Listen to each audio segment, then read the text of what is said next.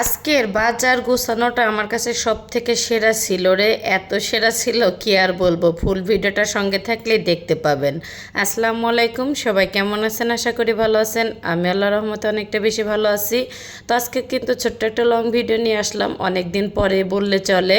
তো যাই হোক, এই তো এখানে কিন্তু হচ্ছে বাজারগুলো আর কি করে নিয়ে আসা হয়েছে। তো আনার পরে হচ্ছে আর কি গুছিয়ে নেওয়ার পাল্লা আমার। তো বাজারগুলি আর কি করা হয়েছে, তো মানে সকাল সকালে আর কি করা হয়েছে। যাই হোক, তো এখানে হচ্ছে ইলিশ মাছ, তারপর হচ্ছে পাঙ্গাস মাছ আনা হয়েছে। তো পাঙ্গাস মাছটা হচ্ছে 3 খণ্ড করে আর কি কেটে নিয়ে আসা হয়েছে।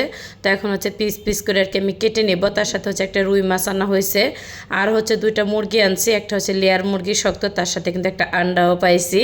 আর যাই হোক, আর এই মুরগিটা কিন্তু খেতে অনেক অনেক বেশি মজা হয়। আর এতে এখানে কিন্তু হচ্ছে শিং মাছও নিয়ে আসছি, বিত্তামিস কিছু হচ্ছে শিং মাছ, এতটা বিত্তামিস কি আর বলবো। আর যাই হোক, আর এদিকে কিন্তু লবণ, তারপর হচ্ছে পাতিলটাও নিয়ে নিছি, কারণ শিং মাছ একটু অজ্ঞান না করে নিলে কেন যেন হচ্ছে মাছগুলি আর কি সুন্দরভাবে কাটা যায় না। আর ওইটাই মনে হয় সব থেকে আমার আর কি ভুল কাজ ছিল। তো দেখা যেতেছে মাঝে মধ্যে শিং মাছ আনলে না আমি হচ্ছে ফ্রিজে আর কি রেখে দেই জেতা মাছই, তারপর হচ্ছে একটুখানি আর কি অজ্ঞান হয়ে গেলে তারপর হচ্ছে আর কি আমি কেটে ফেলি। আর এই শিং মাছটা হচ্ছে আর কি বাবুর জন্য বিশেষ করে আর কি আনা হয়, সবাই খায়, তারপর হচ্ছে বাবুর জন্য আর কি হচ্ছে বিশেষ করে আনা হয়। যাই হোক, আর শিং মাছটা হচ্ছে আনছি, যে শিং মাছটা অনেকটা বড় বড় ছিল। আর এই শিং মাছটা হচ্ছে কালারটা ছিল হচ্ছে কালো না, লালটে লালটে কেমন যেন ছিল আর কি। আর দেখতে অনেকটা হচ্ছে মাগুর মাছের মতো লাগতেছিল, যে ছোট ছোট হচ্ছে মাগুর মাছ। আর হচ্ছে একটুখানি লবণ দেওয়ার পরে কিন্তু অনেকটা আর কি ভালো হতো। আর যেই নাকি লবণ দিছি কি আর বলবো, মনে হইতেছিল যে ওরা মনে হয় যে খালি মাঠে হচ্ছে দৌড় পাড়ার মতন যে একটা অবস্থা, মনে হয় যে কম্পিটিশন আর কি লেগে গেছে। তো লবণ দেওয়ার পরে হচ্ছে ঢাকনিদেরকে আমি ঢেকে সারতে পারি না, তো ঢাকার আগেই হচ্ছে ওরা আর কি বেরিয়ে হচ্ছে দৌড়াদৌড়ি শুরু করে দিছে।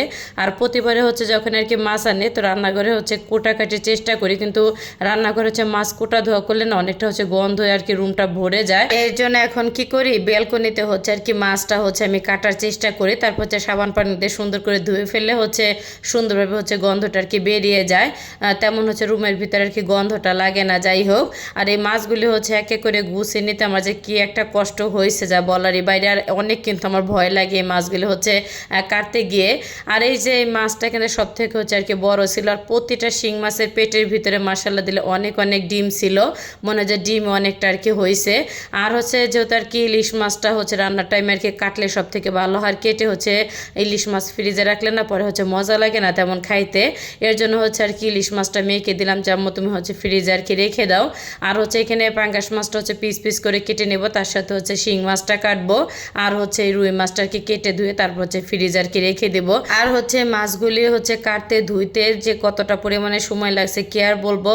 আর শুধু শিং মাছটা হচ্ছে শুধু মাথাটা আর কি কেটে রেখে দিছি, পরে আর কি হচ্ছে ধুবো রান্নার টাইমে। যাই হোক, আর এই তো অফ ক্যামেরায় কিন্তু হচ্ছে মাছ আর কি কেটে দিয়ে ফ্রিজে রেখে তারপর গোসল করে হচ্ছে আর কি বাজার থেকে একটা কাঁঠাল নিয়ে আসা হয়েছিল। আর কাঁঠালটা না অনেকটা হচ্ছে শক্ত শক্ত, চাওলা হচ্ছে র ছিল, অনেকে আবার হচ্ছে খাজা কাঁঠালও বলে। যাই হোক, কাঁঠালটা কিন্তু অনেক অনেক বেশি মিষ্টি ছিল, আর হচ্ছে অনেকগুলি র আর কি উঠানো হয়েছে।